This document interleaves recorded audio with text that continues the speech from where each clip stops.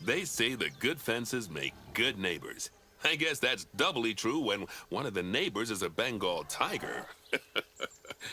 Still, those tigers look so happy that I doubt they'd leave, even if you did poke a hole in their fence. Oh, but for heaven's sake, don't test that theory.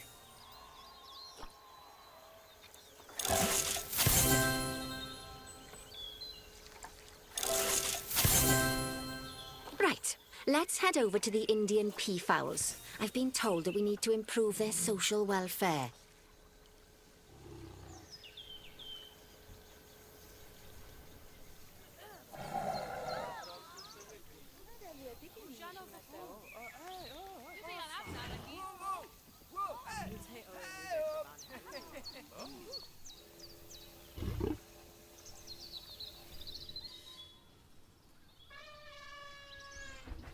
Now then, just find one of the peafowls and select them to open our information panel. Then we can have a good gander at how they're doing. Although technically, I suppose gandering would just be for geese.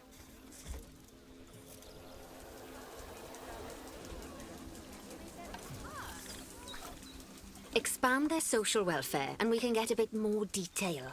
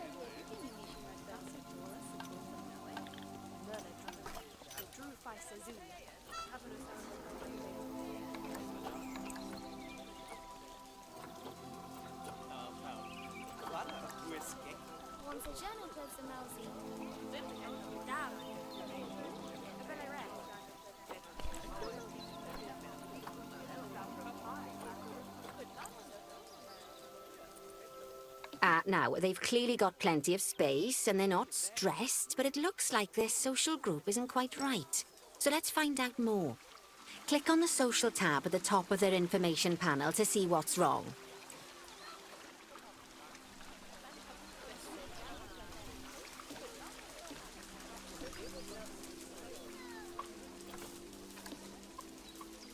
Right, as you can see, the peafowls need their population to be larger. To solve this little problem, you'll need to adopt 3 more female peafowls. Off you pop to the animal market then.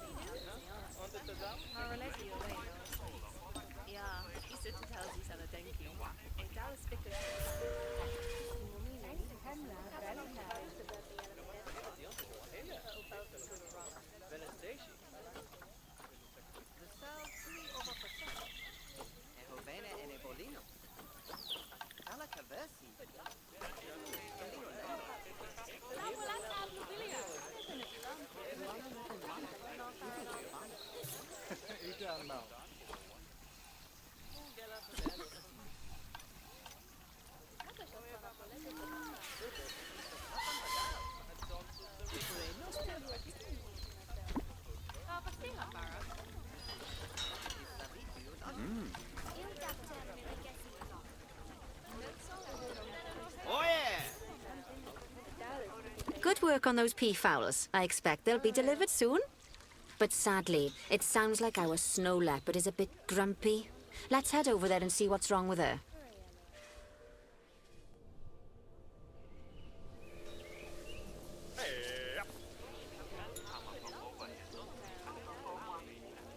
Just like people, animals can suffer from stress if things aren't quite right. You know, like when you see someone put in the milk before the tea bag. In the case of these snow leopards, they're a bit stressed by their lack of privacy. You can lower their stress levels by swapping out the normal glass barrier by their cave for one-way glass. It's not a cheap option, but I think they're worth the expense, don't you? This will give the snow leopards somewhere to go when they want to get away from the prying eyes of the guests.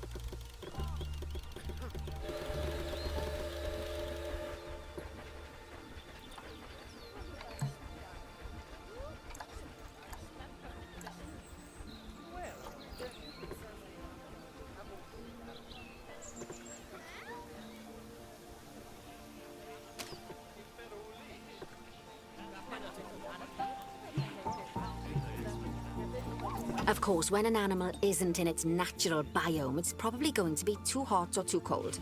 Unsurprisingly for the snow leopards, it's too hot. Even with the terrible British weather, you should help cool it down by adding some coolers to their habitat. But let's start by opening up the temperature heat map and having a look-see at the temperature in the leopard's habitat.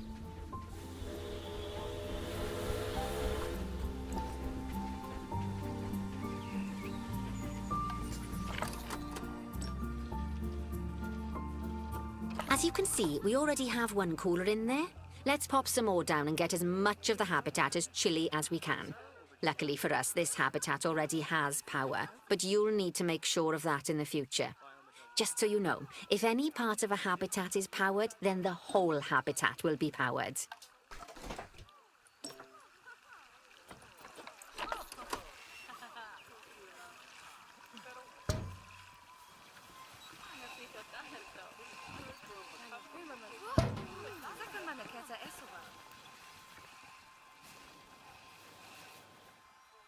You can find heat maps for all sorts of helpful things, so do be sure to explore them and make good use of them.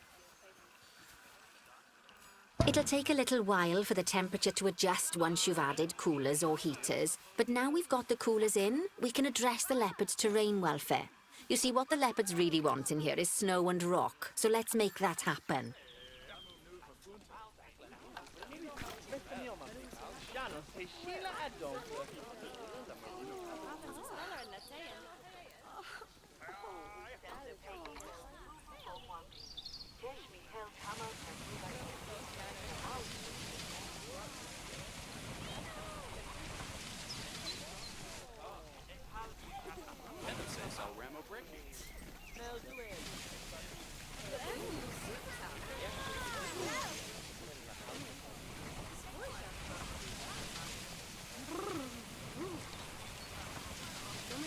Now then, all of that should give you a pretty good understanding of how to make animals happy. So I'd like you to go and check on all the other animals in the zoo and fix up any issues with their habitats. That'll increase the average welfare of the animals across the whole zoo. And that average welfare is a very important statistic. Now, to quickly see how all your animals are doing in the zoo, you should go into zoo management and then into the animals section.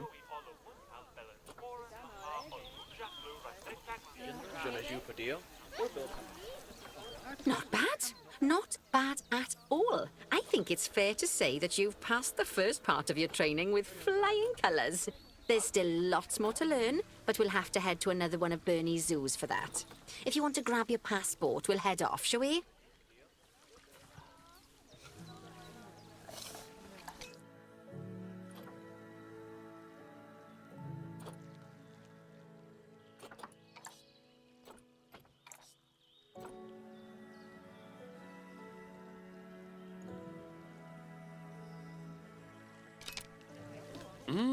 Sounds like...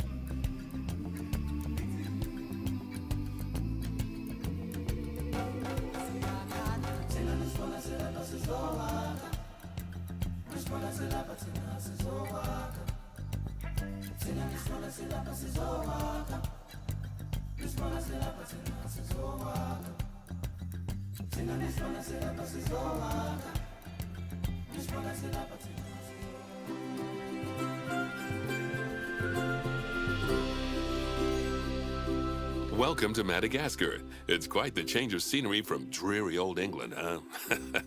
Apart from the weather, I suppose. They don't call these places rainforests for nothing.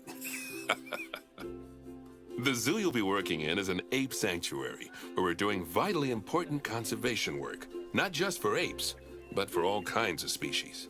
But apes, well, apes are some of the closest relatives to humans there are. And yet, the way the world treats them is like, well, very much like some of us treat our actual relatives. Anyway, that's why I'm determined that our operation here does some good. If we can all leave some part of the world in a better state than we found it, we'll have lived lives worth living. And speaking of states, I have a horrible feeling I left the house in the right one. When I get back, I expect my life won't be worth living at all.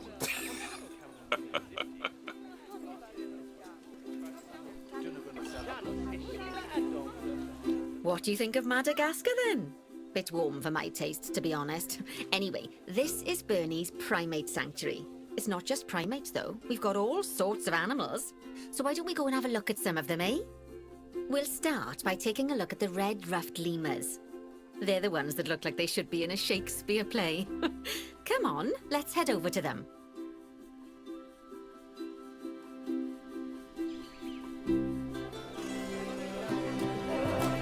Red ruffed lemurs are found in the rainforests of Masoala.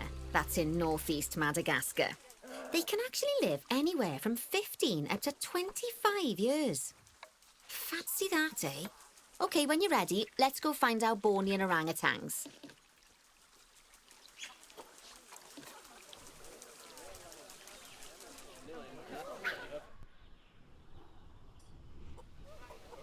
The Bornean orangutan is such a marvellous creature.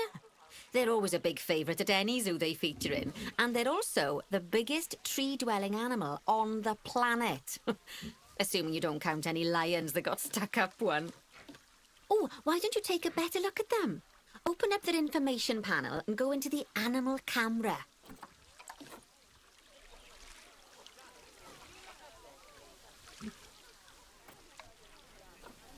Aren't they just incredible?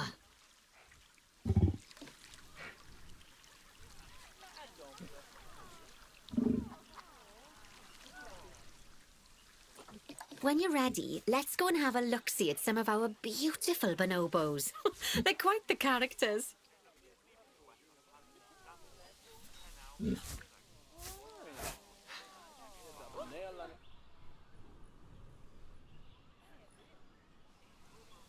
Oh dear! It looks like we've arrived just in time. One of the habitat's barriers has collapsed. And wouldn't you know it, one of the bonobos has made a run for it. We'll need to catch them. But before we do, we should box up the other bonobos to stop them escaping too. Select the habitat boundary to bring up the habitat information panel.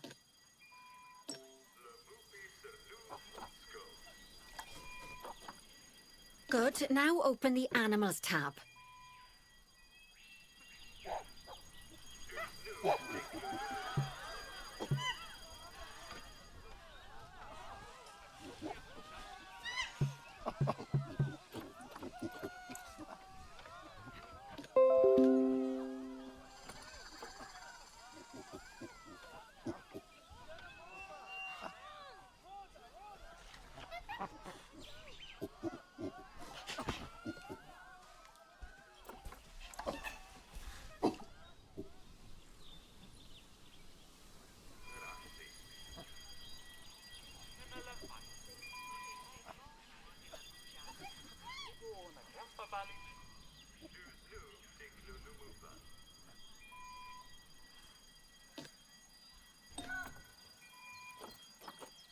And click on Box All Animals to box up the remaining bonobos.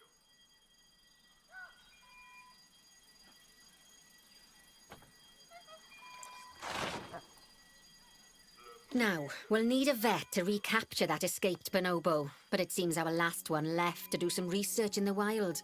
Not an ideal situation.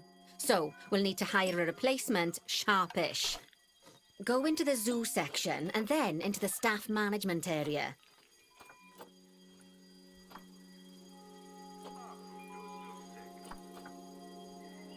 You can find all of your staff in here, but there's no time to go looking at their particulars at the moment.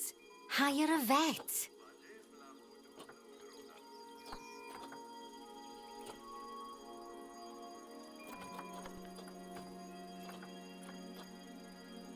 Now, click on one of the paths to place the vet in your zoo.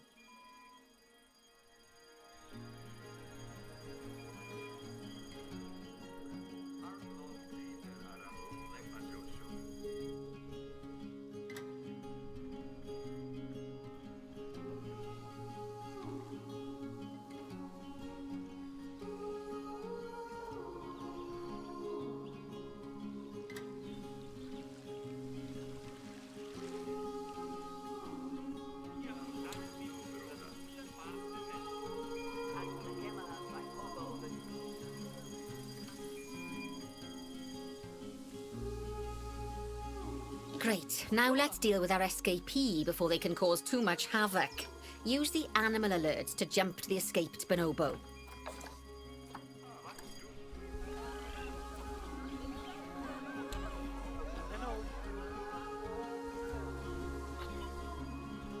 And then click on the Call Vet button to call the vet over to capture it.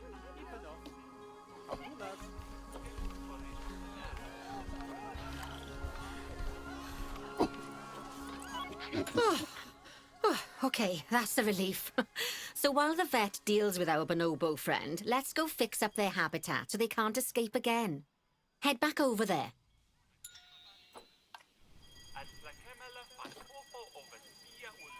As you can see, the barrier's collapsed. Someone's taken their eye off the ball, obviously. Let's get this one replaced. Select the barrier and then we'll edit it. Delete the broken section of barrier and replace it with a brand spanking new one.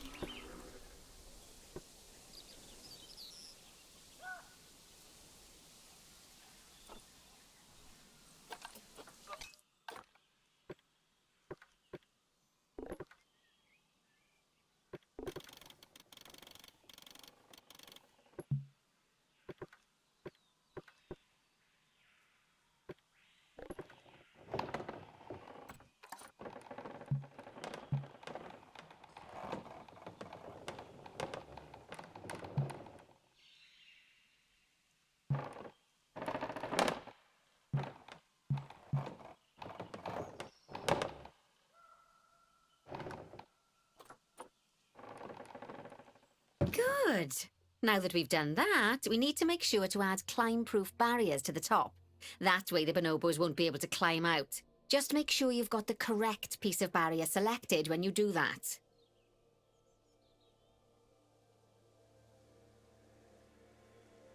Nicely done. And I think it's high time we unboxed those bonobos, wouldn't you say? The poor mites will get sad if we leave them in there for too long. Select the habitat barrier to bring up the habitat information panel again.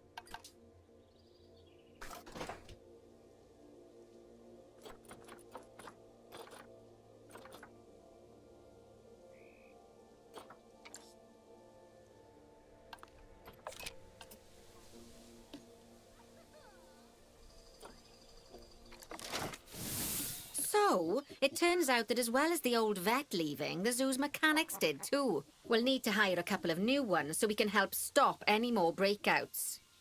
You see, mechanics do all sorts of helpful things around the zoo, but one of their most important jobs is taking care of the habitat barriers. Without mechanics around to repair them, the barriers will crack, crumble and fall down. And before you know it, we'll be overrun with escaped animals. Go into the zoo section and then into the staff management area again.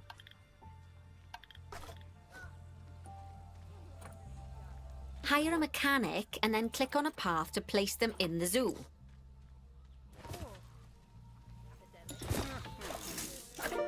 Oh, gosh, we have been busy, haven't we? Good work there. I'm off for a cuppa. Oh, I think Bernie wants a word with you.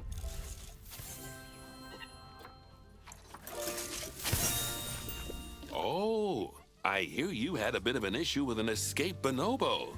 The main thing is that you dealt with it swiftly, and more importantly, without the animal stealing someone's clothes, putting them on, and then walking out of the front gate.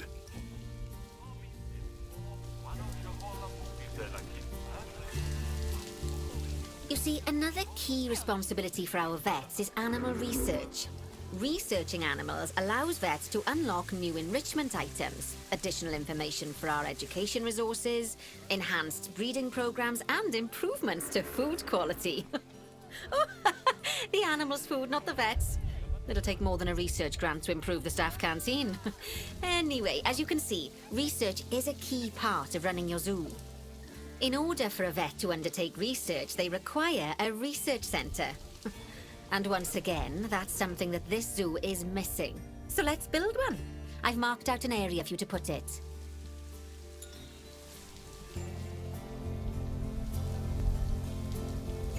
Now, you've probably noticed that there's already a building where I want you to build the research centre. Don't worry. You see, the building that's currently there is actually a hollow shell. So we're able to place our new building inside of it. If you select the research centre for placement and then hover over the shell, you'll see that it asks if you want to add the research centre to the existing building.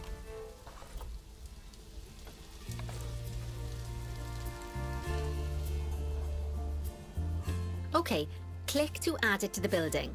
Oh, but that won't place it in just yet, though. First, we'll need to rotate our research centre so it automatically connects to the path when we place it.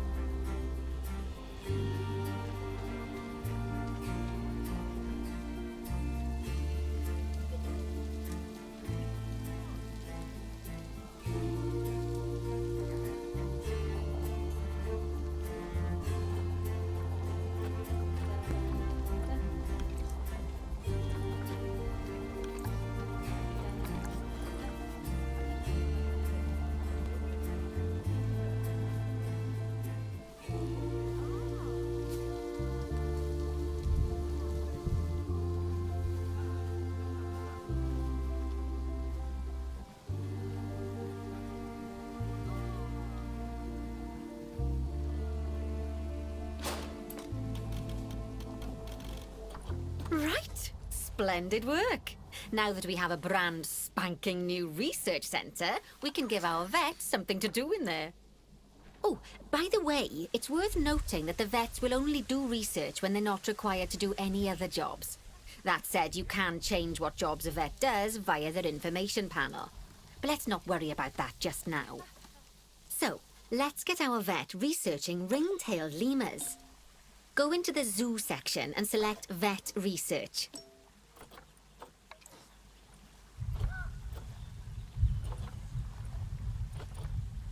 Here, you can see a list of all the animals present in your zoo, and also all the potential diseases that can occur.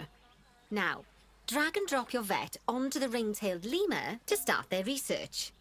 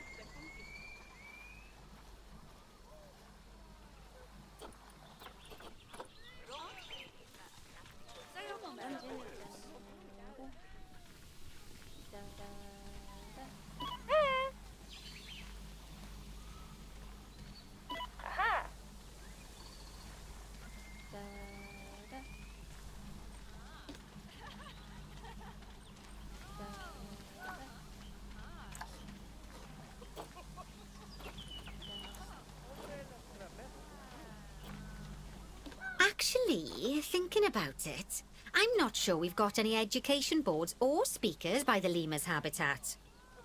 Let's head over there and add some, so our guests can learn all about the furry little delights.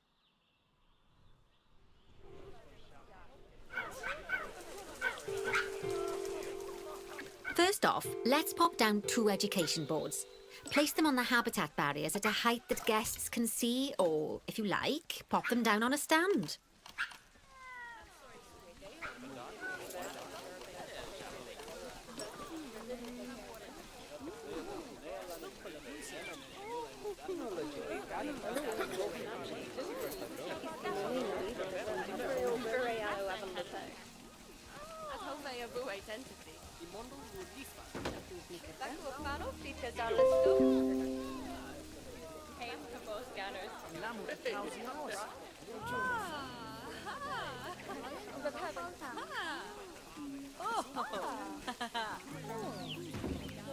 Okay, now that they've been put into position, we have to tell them what animal to display information about. Select one of the education boards to bring up its information panel.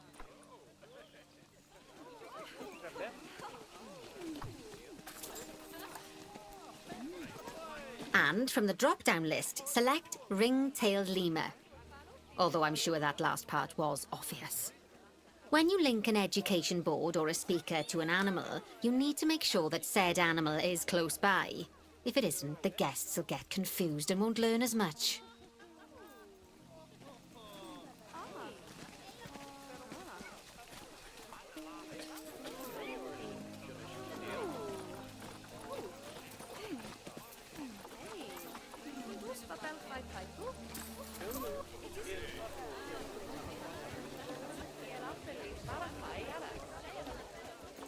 Okay, now that we've done the education boards, let's pop down a pair of speakers. Speakers play audio to the guests so they can learn while they look at the animals, instead of having to go through the laborious process of reading. Oh, one thing to bear in mind is that it's important not to put the speakers too close together. If you do, the guests won't be able to understand what's being said.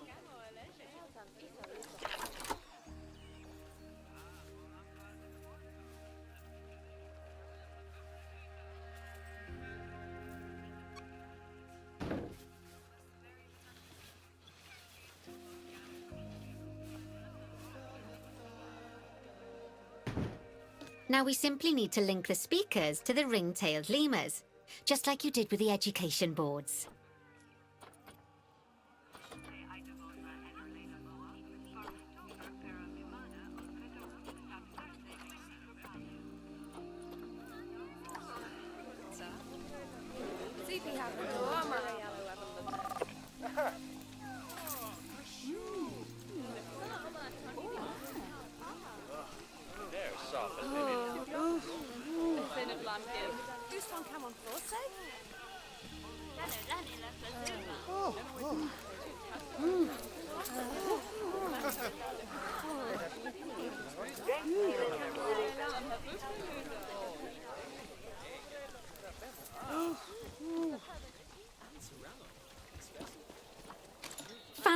Fantastic. Oh, it's worth remembering that education boards and speakers both need power to work. They won't do much good without it. Oh, it looks as though our vet has completed their research on ring-tailed lemurs. We'll need to collect the results. We can do that by clicking on the notification or by going back into the vet research area.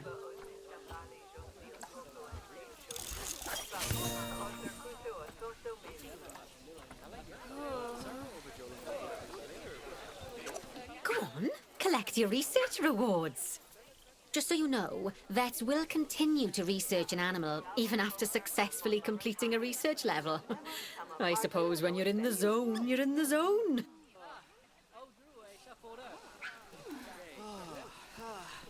Well, now that we've enriched the lives of our guests, let's enrich the lives of our ring-tailed lemurs.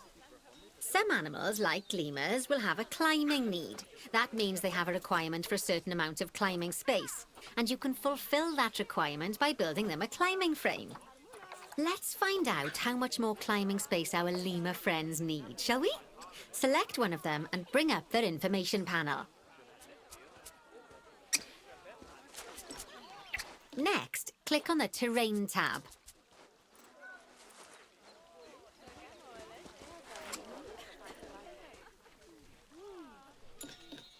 Now, as you can see, the lemurs need quite a lot more climbing space.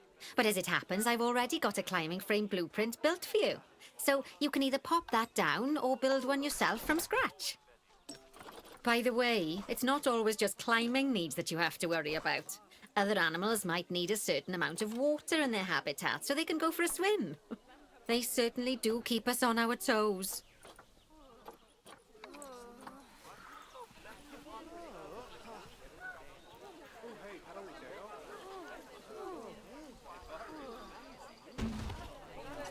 Oh, that's a great climbing frame for them. They're going to absolutely love it.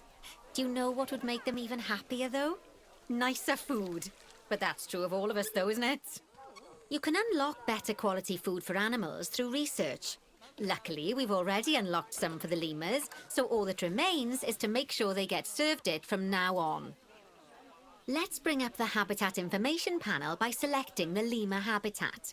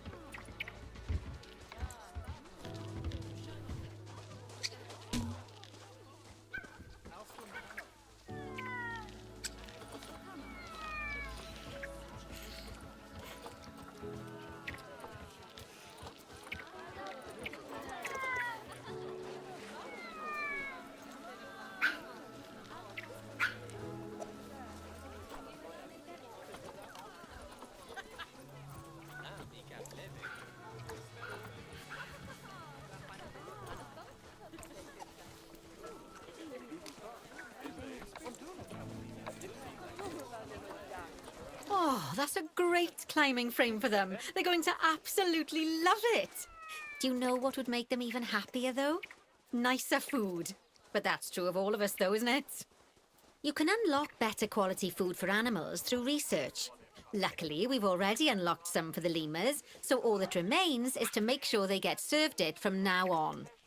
Let's bring up the habitat information panel by selecting the lemur habitat.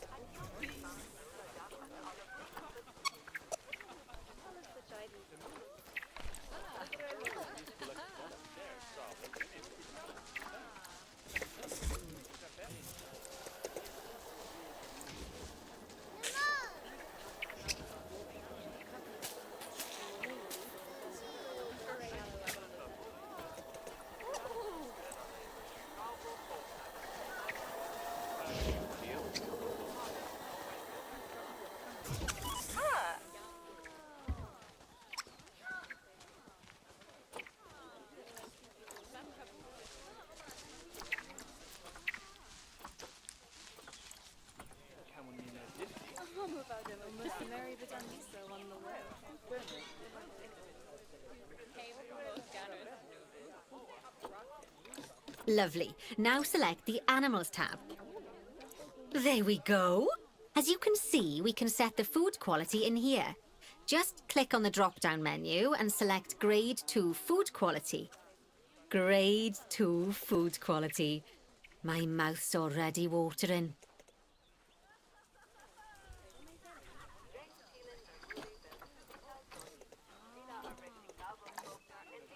So, a new climbing frame and better food. Oh, you've really spoilt those lemurs rotten. Now, I think it's time we looked at one of the zoo's most important responsibilities, releasing animals into the wild. You see, when we feel an animal is ready, we can release them into the wild. But what makes an animal a good candidate for release? Well, their age is an important factor. I mean, we can't release an animal that's a juvenile, just as we can't release one that's gotten too old. They'll also need to be fertile. After all, the idea is to repopulate the wild, so the best candidates will have a high fertility gene. And together, the age and fertility of a candidate will determine how many conservation credits we'll be rewarded when we release them. Now, conservation credits are vitally important. They're the lifeblood of your zoo, because earning them allows you to adopt even more animals. And what's more, the animals you can adopt will be of a higher quality. So, with that in mind, let's pop over to our orangutan habitat.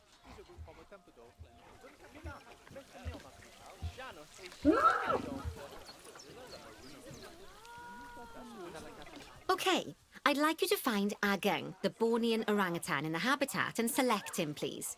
You can either click through each orangutan in turn, or select the habitat barrier, go to the Animals tab in the Habitat Information panel, and find him in the Animals list.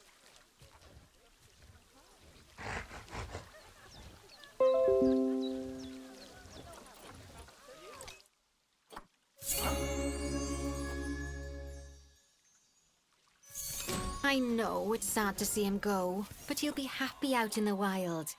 And he's a wonderful candidate for release. Young, strong, and fertile. Excellent work there. You've definitely got potential, you know.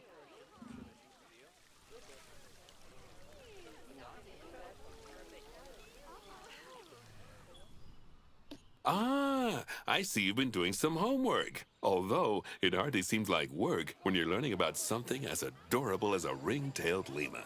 I imagine I'd have got much better grades at school if there'd been less algebra and more aldebra. Tortoises.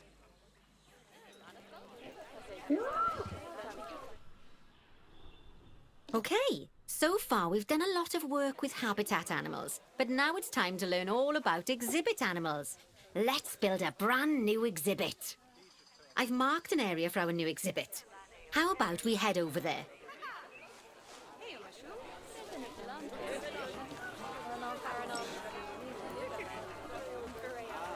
Lovely. Now let's build a new exhibit in the gap that's been left.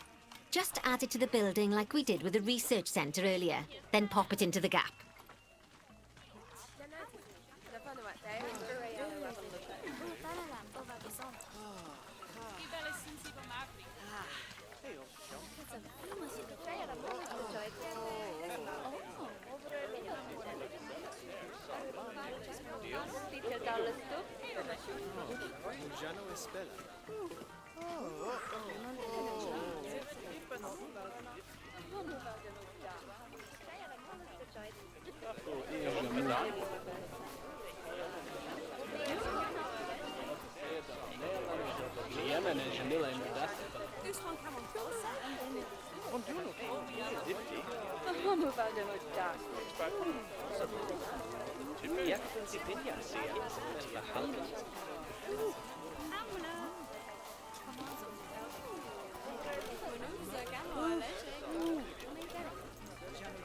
Perfect. The next thing to do is adopt an exhibit animal to go in there. How about a Gila monster? Open up the exhibit trading section and adopt one.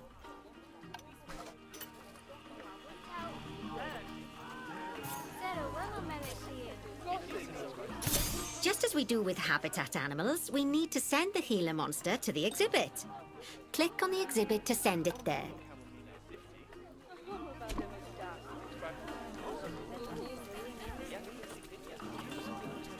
When you send an animal to an exhibit, it'll automatically be given the correct setup.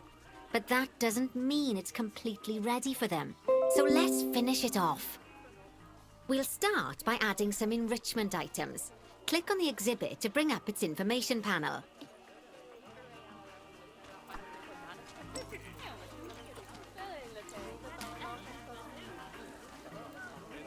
Good. Now click on the Layout tab. Oh, well, it looks like we've only got the Enrichment Level 1 items unlocked at the moment. Never mind, let's turn on at least one of them for the Gila monster.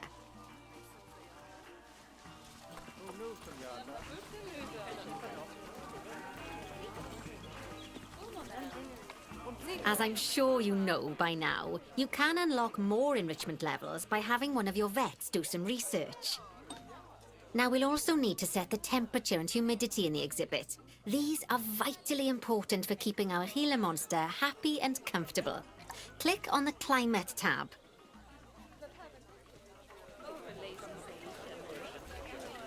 Here you can see the Gila monster's desired temperature and humidity. You can change both of these by adjusting the dials below. Make sure it's going to be nice and cozy.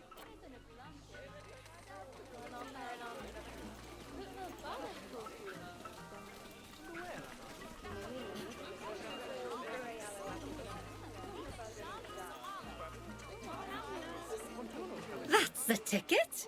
And the last thing we need to look at is setting up the different windows. So click on the Windows tab.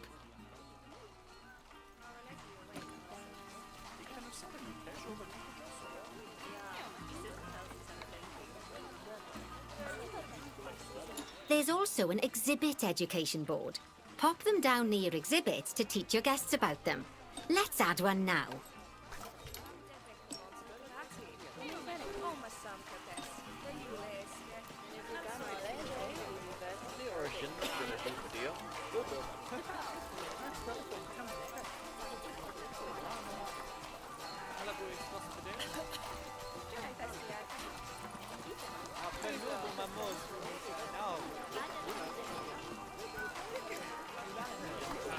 deal.